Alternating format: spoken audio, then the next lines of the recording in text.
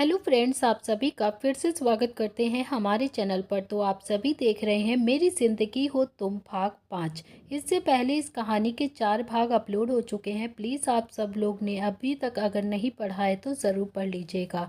तो आप सब ने अब तक पढ़ा था मलंग सामिया को स्कूल छोड़कर वहां से अपनी मर्सिडीज में बैठकर चला जाता है। वहीं ड्राइवर और असिस्टेंट दोनों ही आपस में बातें करते हैं। मलंग के वहां से जाने के बाद एक दूसरे से बातें करते हुए बोलते हैं कि जब भी बॉस वहां पर जाते हैं तो उसके बाद वहां से आने के बाद काफ़ी ज़्यादा गुस्सैल हो जाते हैं। अब देखते हैं आगे। इधर दूसरी तरफ मुंबई मिष्टी माही और प्रिंस माही को गोद में बैठाकर ब्रेकफास्ट करा रही थी। इसी वक्त मिष्टी ब्रेकफास्ट करते हुए अपने फ़ोन पर कुछ कर रही थी। तभी माही ने प्रिंस को सैंडविच अपने हाथों से खिलाते हुए कहा, दी क्या दुबई के लिए टिकट बुक हो गई है? दुबई का नाम सुनते ही प्रिंस की आंखें बड़ी बड़ी हो गईं और उसने तुरंत ही एक्साइटमेंट के साथ कहा, क्या हम दुबई जा रहे हैं? उसकी एक्साइटमेंट को देखकर मिष्टी ने मुस्कुराते हुए उसे देखकर कहा, हाँ, हम दुबई जा रहे हैं। तभी प्रिंस ने फिर से कहा, क्या आप सच कह रही हो मम्मा? इसके जवाब में माही ने उसके फूले हुए गाल खींचते हुए कहा, हाँ, मुझे पता है कि आपको दुबई जाने के लिए बहुत ही ज़्यादा खुशी हो रही है। आप बहुत वक्त से वहाँ जाना चाहते थे क्योंकि आपके कई सारे फ्रेंड्स दुबई में घूमने के लिए गए थे। पर आप जितनी बार भी हमसे कहते थे हम आपको मना कर देते थे। लेकिन इस बार हमने प्लान किया है कि इस समर की वेकेशन में हम आपको दुबई घुमाने लेकर चलेंगे और इसीलिए आपकी मॉम टिकट निकाल रही हैं। तभी प्रिंस माही की गोद में खड़ा हो गया और माही के सीने से प्यार से लिपटते हुए बोला, ये आई एम सो हैप्पी मासी, I love you. Prince Dubai जाएगा, वो भी अब दुबई में बहुत सारी जगह घूमेगा। प्रिंस बहुत ही ज़्यादा खुश था। ये कहते हुए वह खुशी से क्लैपिंग करने लगा। उसे इस तरह से खुशी देखकर मिष्टी का मन थोड़ा सा उदास हो गया और उसने थोड़ा सा उदास मन के साथ माही से धीरे से कहा, इसे दुबई जाने की कितनी ज़्यादा खुशी है, पर हमसे पूछो कितना ज़्यादा डर रहे हैं हम दुबई जाने के लिए। माही ने मिष्टी के हाथ पर अपना हाथ रखते हुए कहा, मैंने कहा ना दी, आपको डरने की ज़रूरत नहीं है। मैं हूँ आपके साथ। वहाँ आपको या फिर प्रिंस को कुछ भी नहीं होगा। हम बस अपना काम जल्द से जल्द ख़त्म करके वापस आ जाएंगे मुंबई। यह सुनकर मिष्टी ने भी गहरी सांस लेकर अपना सिर हिला दिया और फिर अपना फ़ोन बंद करते हुए बोली, कल शाम की फ़्लाइट मिली है। ये सुनकर माही ने मुस्कुराते हुए मिष्टी से कहा कि आप फिक्र मत कीजिए और आप ये सब कुछ मत सोचिए कि ये सिर्फ दुबई की फ़्लाइट है। आप ये सोचिए कि ये हमारे प्रिंस को ठीक करने की फ़्लाइट है दी, क्योंकि इस बार दुबई जाने पर हम अपने प्रिंस को पूरी तरह से ठीक कर देंगे, क्योंकि अब हम बार बार दुबई तो नहीं जा सकते ना। ये सुनकर मिष्टी ने भी प्रिंस को अपनी गोद में बिठा लिया और उसे प्यार से देखने लगी। प्रिंस ने इस वक्त अपने मुंह में उंगलियां डाल रखी थी और वो बहुत ही मासूमियत के साथ इधर उधर देख रहा था। तभी वो काफ़ी ज़्यादा खुश दिखाई दे रहा था। मिष्टी काफ़ी गौर से प्रिंस के चेहरे को देख रही थी और उसके चेहरे को देखकर उसने माही से कहा, पता नहीं क्यों, पर मुझे इस बात का बहुत ही ज़्यादा डर लग रहा है कि अगर गलती से भी प्रिंस उसके सामने आ गया ना, तो वो उसके चेहरे को देखकर ही पहचान जाएगा। ये सुनकर माही ने भी प्रिंस के चेहरे को गौर से देखने लगी और फिर बोली, हाँ दी, आप ये तो बिल्कुल ठीक कह रही हो, क्योंकि प्रिंस बिल्कुल उसकी तरह ही दिखता है। अगर वो उसके सामने आ गया तो वो तुरंत ही उसको पहचान जाएगा। जब वो प्रिंस को देखेगा तो ज़रूर पहचान जाएगा कि वो उसका ही है। ये कहते कहते वे बीच में ही रुक गई और फिर तभी मिष्टी ने थोड़ा गुस्से के साथ कहा, हरगिज़ नहीं। भले ही वो प्रिंस के चेहरे को देखकर पहचान जाए कि वो उसका है, लेकिन तब भी मैं अपने प्रिंस को उसे कभी नहीं दूंगी। ये सिर्फ मेरा बेटा है और सिर्फ मेरे ही पास ही रहेगा, मेरा बनकर रहेगा। ये उसका कभी भी नहीं हो सकता। ये कहते हुए उसने प्रिंस को कसकर अपनी सीने से लगा लिया।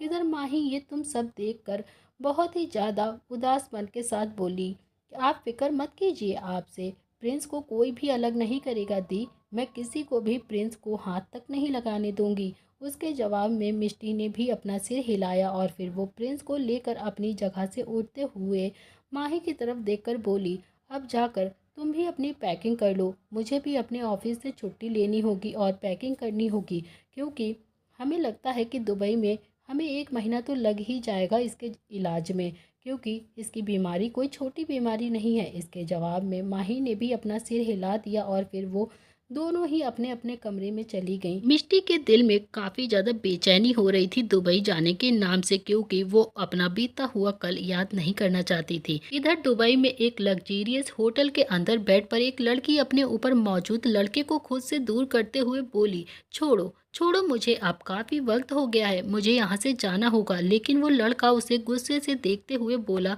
तुम्हारी प्रॉब्लम क्या है? क्या तुम जरा देर चुप नहीं रह सकती? अभी तो हमें सिर्फ 2 घंटे हुए हैं ना, और 2 घंटे में ही तुम इतना जल्दी थक गई? तुम्हारा स्टेमिना काफ़ी ज़्यादा वीक लगता है मुझे। ये सुनते ही वो लड़की गुस्से से उस लड़के को देखने लगी। वो लड़का काफ़ी ज़्यादा हैंडसम और रईस खानदान का लग रहा था। तो वहीं उस लड़की की आंखों में से उस लड़के के लिए सिर्फ और सिर्फ गुस्सा दिखाई दे रहा था। सिर्फ उसकी आंखें गुस्से से लाल भरी हुई थीं। तो उसने गुस्से से उस लड़के को धक्का दिया और बोली, तुम इंसान हो या जानवर? 2 घंटे तुम्हारे लिए कम है क्या? 2 घंटे तुम्हें कुछ लगता ही नहीं है? देखो, तुम भले ही इंसान नहीं हो, लेकिन मैं इंसान हूँ। मुझे ये सब नहीं होगा अब मुझसे। अब मैं बहुत ज़्यादा थक गई हूँ। वैसे भी मैंने 1 साल का ही कॉन्ट्रैक्ट पूरा कर लिया है और आज उस कॉन्ट्रैक्ट का आखिरी दिन है।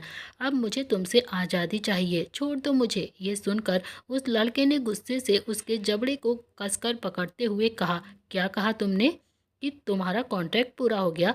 जब तक मैं ना चाहूँ तब तक तुम मुझसे दूर नहीं जा सकती, भले ही हमारा आज कॉन्ट्रैक्ट क्यों ना ख़त्म हो रहा है।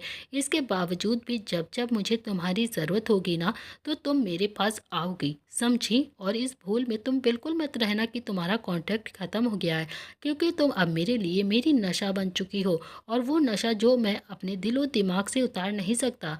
ये कहते हुए वह लड़का शैतानी मुस्कुराहट के साथ फिर से उस लड़की के करीब झुका और उसे किस करने लगा। तभी उस लड़की ने नफरत के साथ कहा, सिद्धार्थ कपूर, एक दिन तुम्हारी इन सभी गलतियों की सजा तो तुम्हें ज़रूर दूंगी मैं।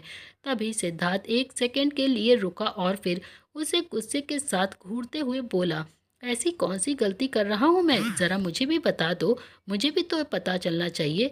मैं जहाँ तक मुझे याद है कि तुम खुद मेरे पास आई थी और मुझसे कांटेक्ट की थी तुमने, और उस कांटेक्ट के बदले में ही मैं तुम्हारे साथ आज ये सब कर रहा हूँ। मुझे नहीं लगता कि मैंने कुछ भी गलत किया है तुम्हारे साथ, इसीलिए बेचारी बनने का नाटक तो बिल्कुल ही छोड़ दो। मुझे पता है तुम जैसी लड़कियाँ किस तरह की होती हैं।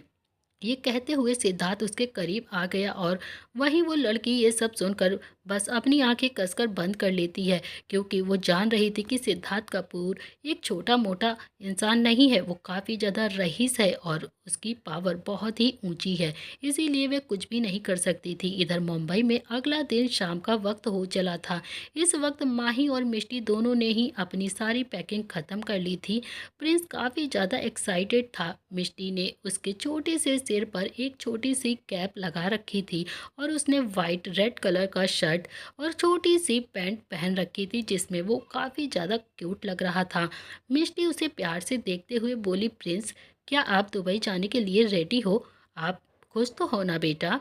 प्रिंस ने तुरंत ही मिष्टी को देखते हुए एक्साइटमेंट के साथ कहा, अपना सिर हिलाते हुए कहा, यस मामा, मैं बहुत ही ज़्यादा खुश हूँ। प्रिंस दुबई जाने के लिए लेडी है, आप जल्दी से चलो। तभी वहाँ माही भी अपना लगेज लेकर आई और फिर उसने कहा, कार रेडी है दी, अब हमें चलना चाहिए, नहीं तो फ्लाइट मिस हो जाएगी। इसके जवाब में मिष्टी ने उसे देखते हुए कहा, माही, हम कहाँ पर रुकने वाले हैं वहाँ पर? क्योंकि तुम्हें तो पता है ना कि हम दुबई में रहना हमारे लिए ठीक नहीं हो सकता है। अभी वो अपनी बात पूरी करती उससे पहले ही माही ने उसे देखते हुए कहा, दी, हमें उनसे डरने की ज़रूरत नहीं है, और वैसे भी हम दुबई में ही रहेंगे, क्योंकि आपको भी अच्छे से पता है और मुझे भी, दुबई में ही प्रिंस का इलाज होगा और उसके लिए हमें वहाँ पर रुकना ज़रूरी होगा, इसीलिए हम दुबई से कहीं अलग नहीं रह सकते हैं। लेकिन अभी मिष्टी ने घबराते हुए कहा कि पर हम डैड के पास तो जा सकते हैं ना, उनका भी तो घर उसके थोड़े ही से आगे ही है, तभी वो हमारा इंतज़ार कर रहे होंगे। ये भी तो सोचो ना तुम। तभी माही ने गुस्से के साथ कहा, आपको पता है ना कि दी, मेरा डैड से कोई भी लेना देना नहीं है, इसीलिए अगर आपको उनसे मिलने जाना है तो आप जा सकती हो, पर मैं उनके पास नहीं जाऊंगी। मैंने अभी से ही आपको बता दिया है, मैंने दुबई में ही एक अपार्टमेंट कुछ वक्त के लिए बुक कर लिया है।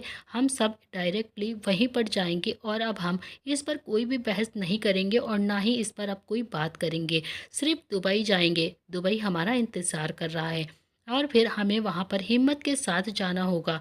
ऐसे डरने की ज़रूरत नहीं है आपको, आगे जो कुछ भी होगा उसे हिम्मत के साथ ही लड़ना भी होगा, क्योंकि हम अपने प्रिंस को बिल्कुल तरह से ठीक करना चाहते हैं। यह सब सुनकर मिष्टी ने भी आखिर में अपना सिर हिला दिया और फिर माही मिष्टी और प्रिंस दोनों को लेकर वहाँ के साथ सीधे एयरपोर्ट के लिए निकल गई और लगभग 1.5 घंटे के बाद प्लेन दुबई के लिए रवाना हो गई थी। इधर प्रिंस जो काफ़ी ज़्यादा खुश था दुबई देखने के लिए, क्योंकि हर बार उसके दोस्त हर चीज़ अच्छी अच्छी बताते थे, जिसके लिए वो बहुत ही ज़्यादा खुश था।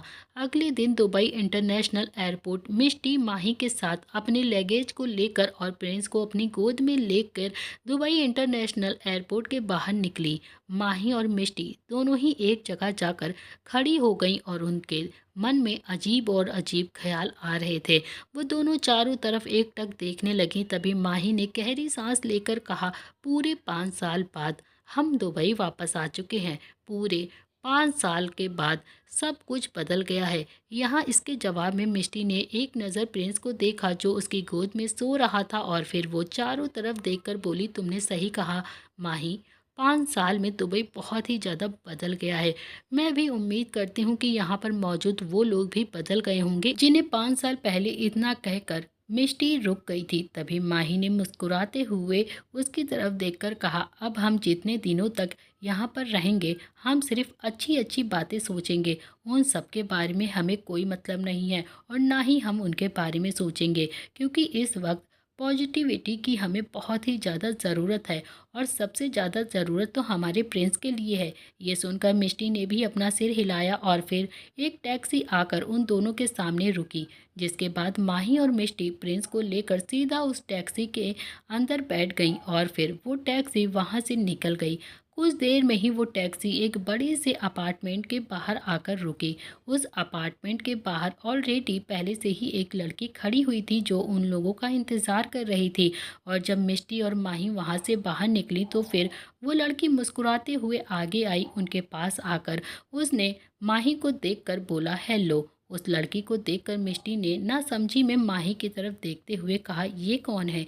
इसके जवाब में माही ने कहा, ये साची है दी, इसी के थ्रू मुझे ये अपॉइंटमेंट मिला है, क्योंकि 5 साल पहले जब हम यहाँ से गए थे तो मैंने दुबई से पूरी तरह से अपना कांटेक्ट ख़त्म कर लिया था और अब मैं जब भी आउट शूटिंग करती थी तो मैं हमेशा आउटसाइड दी कंट्री में रहकर ही अपनी शूटिंग करती थी, लेकिन जब मैं यहाँ आई हूँ तो मैंने सोचा कि मैं वापस से अपना कांटेक्ट चालू करूँ यहीं पर रह के। और फिर मेरे डायरेक्टर सर ने इस लड़की के थ्रू ही हमें यह अपार्टमेंट दिलवाया है। उसकी ये सारी बातें सुनकर मिष्टी ने फिर मुस्कुराते हुए साची की तरफ देखकर हेलो बोला। वो खुशी के साथ उन दोनों से बोली, आप दोनों का अपार्टमेंट डायरेक्टर सर के कहने पर हमने साफ़ करवा दिया है, आपको यहाँ पर कोई भी प्रॉब्लम नहीं होगी। आप दोनों प्लीज़ अंदर चलिए, आज के खाने के लिए भी हमने बाहर से ही ऑर्डर कर दिया है, आपको फ़िक्र करने की ज़रूरत नहीं है। आप दोनों जाकर रेस्ट कर लीजिए और जो भी ज़रूरत हो आप मुझे कांटेक्ट कर लीजिएगा, मैं यहीं पर हूँ, प्लीज़। ये सुनकर माही और मिष्टी दोनों ने स्माइल के साथ उसे थैंक यू बोला और अपना सिर हिला दिया। फिर वो दोनों ही अंदर अपार्टमेंट में आ गईं। अपार्टमेंट में आने के बाद माही ने मिष्टी से कहा, आप सबसे पहले प्रिंस को अच्छे से सुला दो दी, क्योंकि इस सफ़र की वजह से वो बहुत ही ज़्यादा थक गया होगा ना, और फिर उसकी तबीयत भी ठीक नहीं है। तभी इतना बोलकर वो बोलती है कि दी, मैं फ़्रेश होने जा रही हूँ, उसके बाद हम शाम को डॉक्टर से बात करने चलेंगे। मिष्टी ने अपना सिर हिलाया और कहा कि ठीक है माही, और वो अपने कमरे की तरफ प्रिंस को लेकर चली गई। कुछ देर बाद मिष्टी और माही दोनों ही फ्रेश होकर हॉल में आए और कुछ सोचने के बाद मिष्टी ने थोड़ा हिचकिचाते हुए माही की तरफ देखकर कहा, क्या तुम्हें पूरा यकीन है कि हम दुबई में सेफ हैं माही। तभी ये सुनकर माही ने हल्के से गुस्से में कहा, दी प्लीज़ आप डरना बंद करो। पता नहीं आप क्यों उस अतुल अग्निहोत्री से इतना ज़्यादा डरती हैं। जैसे ही माही ने अतुल का नाम अपनी जुबान से लिया और ये बात कही, तुरंत मिष्टी ने उसके हाथ को पकड़ते हुए बोला, उनका नाम भी मत लो प्लीज़, मैं उस इंसान का नाम भी नहीं सुनना चाहती हूँ माही। ये सुनकर फिर माही ने खुद को शांत करते हुए कहा, okay okay, I am sorry दी, पर आपको इतना डरने की ज़रूरत नहीं है उससे। आप खुद सोचो, मैं भी तो आपके साथ यहाँ दुबई में हूँ ना, और मुझे भी तो उससे डरना चाहिए, लेकिन मैं नहीं डर रही हूँ क्योंकि मुझे उससे अब डर नहीं लगता है। जबकि अगर वो मेरे सामने भी आया ना, तब भी मैं उसके सामने हिम्मत के साथ उसका फेस ऑफ करूँगी। मैं उससे डरती नहीं हूँ, मुझे उससे फ़र्क नहीं पड़ता है। ये सब सुनकर मिष्टी ने अपना सिर नीचे झुकाते हुए कहा, तुम्हारी कंडीशन में और मेरी कंडीशन में बहुत ज़्यादा बड़ा फ़र्क है माही। माही, तुम्हें पता है कि तुम जानबूझकर मलंग से दूर भागी थी क्योंकि वो तुम्हें टॉर्चर करता था, और फिर मलंग ने ही खुद तुम्हें इस तरह से खुद से दूर करने का मौका दिया था, तभी तुम दूर जा चुकी हो उससे। लेकिन मेरी कंडीशन अलग थी और तुम अच्छे से जानती हो कि मैंने क्यों उनसे दूरी बनाई, मैं क्यों उनसे दूर गई थी। ये कहते हुए मिष्टी बिल्कुल चुप हो गई और ये सुनकर माही ने उसे कंधे से पकड़ते हुए कहा, मुझे अच्छे से पता है और मैं समझती हूँ, लेकिन आपको डरने की ज़रूरत नहीं है दी, मैं हूँ आपके साथ। और मैंने मिस्टर संदीप से अपॉइंटमेंट भी ले लिया है, हम अभी जाकर उनसे मिल लेते हैं और जिससे जल्दी से जल्दी प्रिंस का इलाज हम शुरू करवा सकें, और ये सारी चीज़ें हम यहीं पर छोड़कर अपने प्रिंस को ठीक करके दोबारा से मुंबई जा सकें। यह सुनकर मिष्टी ने फिर अपना सिर हिला दिया और फिर माँ ही मिष्टी के साथ अपार्टमेंट से बाहर जाने लगी। लेकिन तभी मिष्टी ने कहा, लेकिन प्रिंस तो घर पर अकेला है ना माही, अगर वो सोकर उठेगा ना तो सबसे पहले वो मुझे ही ढूंढेगा, वो मेरे बिना यहाँ पर नहीं रुक सकता है। ये सुनकर माही ने कहा, आप फिक्र मत कीजिए, मैंने साक्षी को बुला लिया है दी, वो अभी आ जाएगी और वो यहाँ पर प्रिंस के साथ रहेगी और उसका ख्याल रखेगी। तब तक हम डॉक्टर से मिलकर यहाँ पर आ जाएंगे। वैसे भी ज़्यादा टाइम नहीं लगेगा क्योंकि मिस्टर संदीप सिर्फ हमारे लिए ही रुके हुए हैं। फिर वो दोनों ही सीधा सिटी हॉस्पिटल के लिए निकल गई।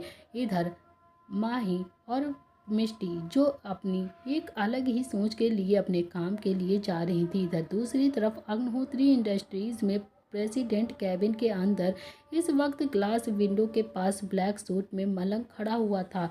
उसके हाथों में सिगरेट थी और वो खामोशी के साथ बाहर की तरफ घूर रहा था। उसके चेहरे पर कोई भी एक्सप्रेशन नहीं थे। कैबिन के अंदर एक हाई हील्स की आवाज़ सुनाई देती है, पर मलंग अभी भी इसी तरह से बिना किसी एक्सप्रेशन से बाहर की तरफ खड़ा हुआ घूर रहा था।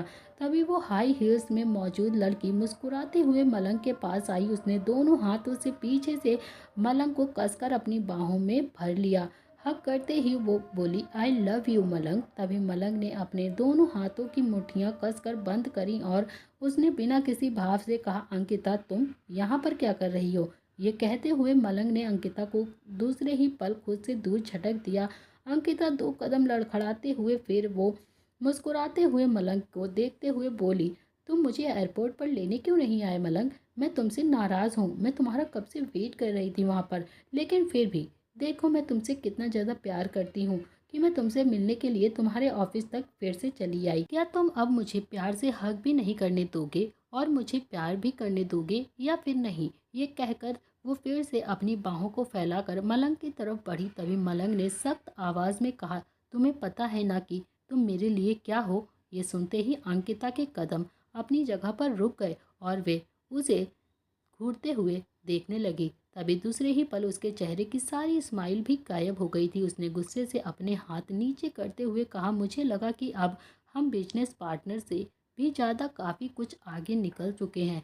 लेकिन मलंग ने सिगरेट की कस भरते हुए स्माइल के साथ कहा कि आज तक मैंने कभी किसी लड़की को अपने मुंह नहीं लगाया है, ये तुम पहले से ही जानती हो, और ये तो तुम पहले ही हो जिससे मैं बात कर रहा हूँ। इसीलिए ये गलती मत करो क्योंकि तुम मेरी सिगरेट की स्टिक की तरह हो जिसे मैं अपने पैरों तले मुंह लगाने के बाद कुचल देता हूँ।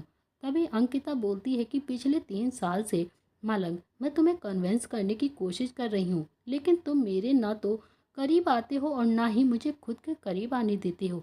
आखिर तुम चाहते क्या हो, आखिर तुम ऐसा क्यों कर रहे हो मलंग।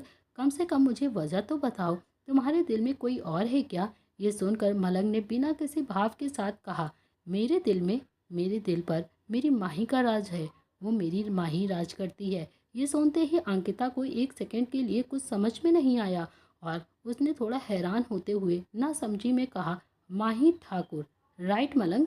इतना सुनते ही मलंग के चेहरे पर एक मुस्कुराहट आ गई और वो मुस्कुराहट के साथ अंकिता की तरफ देखते हुए बोला, यस, माही ठाकुर। तो दोस्तों, इसी के साथ इस कहानी का यह अध्याय यहाँ पर समाप्त करते हैं। अगर आप जानना चाहते हैं कि इस कहानी में अब आगे क्या होने वाला है, तो आपको देखना पड़ेगा इस कहानी का अगला भाग। तो फाइनली मिष्टी और माही आ चुकी हैं दुबई में। क्या फिर से इन दोनों की मुलाकात अतुल और मलंग से होगी? और अगर इन दोनों की मुलाकात अतुल और मलंग से हो गई तो फिर क्या होगा? तो गाइस, ये कहानी बहुत ही ज़्यादा इंटरेस्टिंग होने वाली है, तो प्लीज़ इस कहानी को मिस मत करिएगा। इसके सभी पार्ट्स आप लोग ज़रूर देखिएगा। तो आज के लिए हम इस कहानी को यहाँ पर ख़त्म कर रहे हैं। उसके नेक्स्ट पार्ट को हम जल्दी से अपलोड करेंगे, मगर इसके लिए हमें आपका ढेर सारा प्यार और सपोर्ट चाहिए। जब आप ढेर सारा सपोर्ट करेंगे तभी हम इसके नेक्स्ट पार्ट को अपलोड करेंगे। आज के लिए इतना ही। थैंक